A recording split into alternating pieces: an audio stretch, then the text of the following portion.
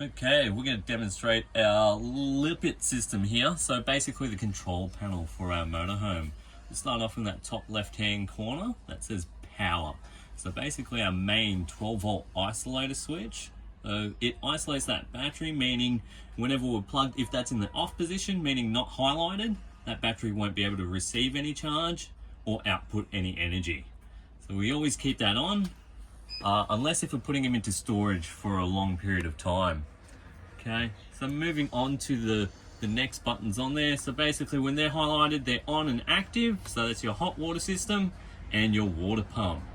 Okay, so those are the main controls. But on the screen itself, at the top left hand corner, is another 12 volt isolator switch. So if that's in that off position, nothing will happen in the house.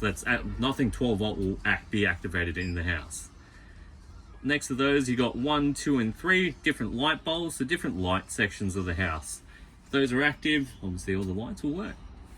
Next to that, you've got it saying source, so basically telling us what source of energy our house battery is absorbing. So solar will constantly be active. Okay, then AC mains is currently active because I'm plugged into 240 power. Auxiliary is only when the vehicle is on.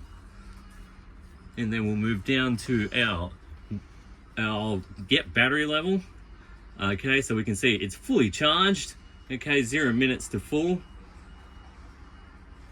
And we can actually see what's happening with our motorhome. So our voltage is at 13 volts. Our outputs are 7.3 amps because I got everything on at the minute. And our battery input is 27.5 because we're charging. So basically when it's full, you can see those green bars are fully lit.